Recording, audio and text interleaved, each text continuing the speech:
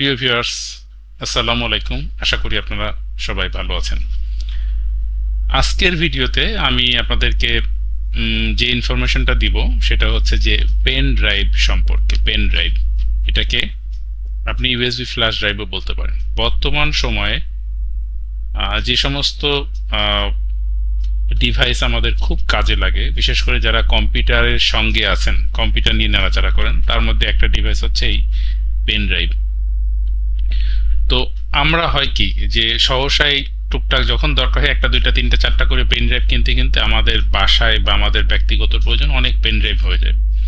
তো এইগুলো কিন্তু আসলে আমাদের টাকাটা মিস ইউজ হচ্ছে।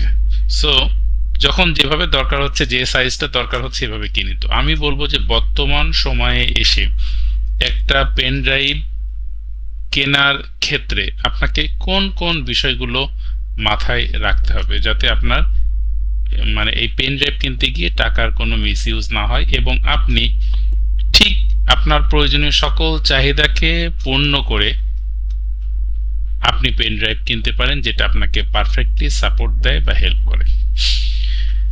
বিষয়টা খুবই সিরিয়াস আপনার কাছে মনে হতে পারে, কিন্তু আমি আমার ব্যক্তিগত জীবনের অভিজ্ঞতা থেকেই এই ভিডিওটা তৈরি করছি। তো পেন ড্রাইভটা আসলে আমাদের কি কাজে লাগে? প্রথম আমি 5টা বিষয় নিয়ে কথা বলবো। তার মধ্যে প্রথম হচ্ছে যে পেন ড্রাইভ আমাদের কি কাজে লাগে, তাই তো?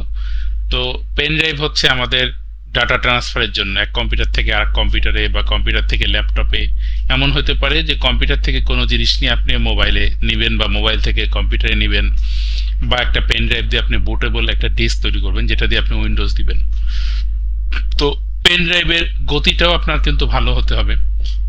তো সবকিছু মিলিয়ে পেন ড্রাইভ কেনার আগে আপনাকে যে জিনিসগুলো চিন্তা করতে হবে, তার মধ্যে প্রথম যে জিনিসটা হচ্ছে যে এটাকে আপনি মাল্টিপারপাস ইউজ করতে পারেন কিনা। অর্থাৎ একটা সময় কি ছিল যে আমরা ইউএসবি 2.0 বা 3.0 বা এখন আসছে 3.2, 3.1 এরকম বিভিন্ন রয়েছে। এটা আসলে এই যে 3.1, 3.0 বা 3.2 যে নির্দেশ করছে ইউএসবি, যত উপরে যাবে সেটা তত লেটেস্ট ভার্সন, সেটা ডাটা ট্রান্সফার রেট বেশি। তাহলে এরকম একটা পেন ড্রাইভ আমরা কিনবো, মানে যেটার স্পিডটা আমরা বেশি পাবো। আর একই পেন ড্রাইভ আপনি মাল্টিপারপাস ইউজ করতে, আমি যেটা ইউজ করা যাতে যায় সেই বিষয়টা বোঝাতে বুঝিয়েছি এরকম যে একই পেন ড্রাইভ যদি আপনি মোবাইলে ইউজ করতে পারেন এবং কম্পিউটার বা ল্যাপটপে ইউজ করতে পারেন, তাহলে কিন্তু আপনার দুইটা পারপাস সার্ভ হয়। সো এখনকার সময়ে এসে, এই সময়ে এসে আপনি যদি কোনো পেন ড্রাইভ কিনেন, তাহলে অবশ্যই সেই পেন ড্রাইভটার কানেক্টিভিটি যাতে কম্পিউটার এবং আপনার মোবাইল, অ্যান্ড্রয়েড মোবাইল ফোন, আমি বাংলাদেশের প্রেক্ষিতে বলছি, বাংলাদেশের ম্যাক্সিমাম অ্যান্ড্রয়েড ফোনে এখন সি পোর্ট, অর্থাৎ তার যদি দুইটা মাথা থাকে তাহলে কিন্তু সেটা আপনার জন্য বেটার হয়। তাহলে আপনাকে অবশ্যই এরকম একটা পেন ড্রাইভ চয়েস করা উচিত যা মাল্টিপারপাস, মানে আপনি পেন ড্রাইভটাকে কম্পিউটার, ল্যাপটপ এবং আপনার মোবাইল ডিভাইসের সাথে যেন ব্যবহার করতে পারেন। আচ্ছা, এরপরে তো আমি যেটা বললাম যে অবশ্যই সেটাকে আপনি 3.0 বা অ্যাবভ ভার্সনগুলো কিনবেন যাতে আপনি স্পিড বেশি পান। আচ্ছা, এরপরে যাচ্ছে সাইজের যে ব্যাপার। সাইজের ব্যাপারটা হচ্ছে যে এখনকার সময় এসে যদি আপনারা ছোট সাইজের কোনো পেন ড্রাইভ কিনেন, তাহলে কিন্তু আপনি এক অর্থে ভুল করছেন। তার কারণ সাইজের যে ডিফারেন্সিয়েশন, অর্থাৎ মনে করেন 16 জিবি বা 32 জিবি বা 64 জিবি, এরপরে 128 জিবি, তারপরে 256 জিবি, এই যে প্রতিটা সাইজের যে প্রাইস ডিফারেন্স সেটা কিন্তু খুব বেশি না, হয়তো 200 টাকা, 150 টাকা বা 300 টাকা এরকম ম্যাক্সিমাম হতে পারে। তো সেই ক্ষেত্রে আমি বলবো যে আপনি মোটামুটি মিনিমাম কিনলেও 64 জিবি সাইজ কিনতে পারেন বা 128 জিবি কিনতে পারেন।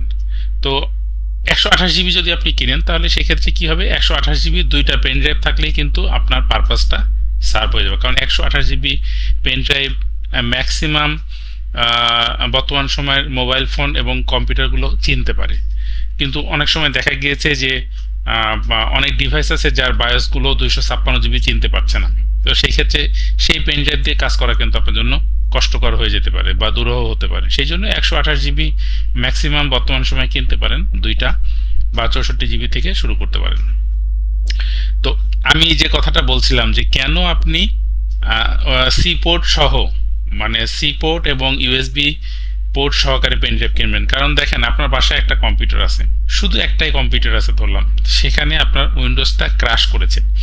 তো আপনি কি চাচ্ছেন যে আপনার কোনো বুটেবল ডিস্ক তৈরি করা নাই, কিন্তু হাতের কাছে আপনি বুটেবল ডিস্ক তৈরি করতে হয় কি, আমাদের একটা চালু কম্পিউটার লাগে, কম্পিউটার বা ল্যাপটপ যাই হোক, হাতের কাছে আপনার অল্টারনেটিভ কোনো ডিভাইস নাই। তো তখন আপনি কি করবেন? তখন কিন্তু আপনি খুব বিপদে পড়ে যাবেন। কিন্তু যদি আপনার কাছে সি পোর্ট সহকারে একটা পেন ড্রাইভ থাকে, তাহলে কিন্তু আপনি সেই সি পোর্টটাকে ইউজ করে মোবাইল ফোন থেকে, আপনার অ্যান্ড্রয়েড মোবাইল ফোন থেকেও কিন্তু আপনি একটা পোর্টেবল ডিস্ক তৈরি করে নিতে পারবেন, এবং যেটা দিয়ে আপনার পিসিতে উইন্ডোজ আপনি ফ্ল্যাশ করতে পারবেন। তো এই সকল বিষয়গুলো মাথায় রেখে আপনি যদি একটা পেন ড্রাইভ কিনেন, তাহলে সেই পেন ড্রাইভটাকে আপনি মাল্টিপারপাস ইউজ করতে পারবেন, এবং আপনার ঠকে যাওয়ার সম্ভাবনা কম, এবং আপনি যে টাকাটা ইউজ করলেন তার বা খরচ করলেন তার সর্বোত্তম বেনিফিট বা ব্যবহারটা আপনি কিন্তু পাচ্ছেন আপনার পেন ড্রাইভ থেকে। তো ভিউয়ার্স, এই ছিল আমার ইনফরমেশন পেন ড্রাইভ নিয়ে।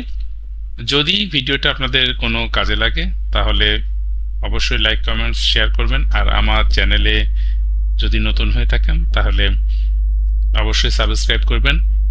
আর আপনাদের মূল্যবান মতামত এবং পরামর্শ যদি আমি কমেন্টসে পাই, তাহলে আমি বুঝতে পারবো কোন বিষয়গুলো নিয়ে ভিডিও করলে আপনাদের জন্য সুবিধা হয়।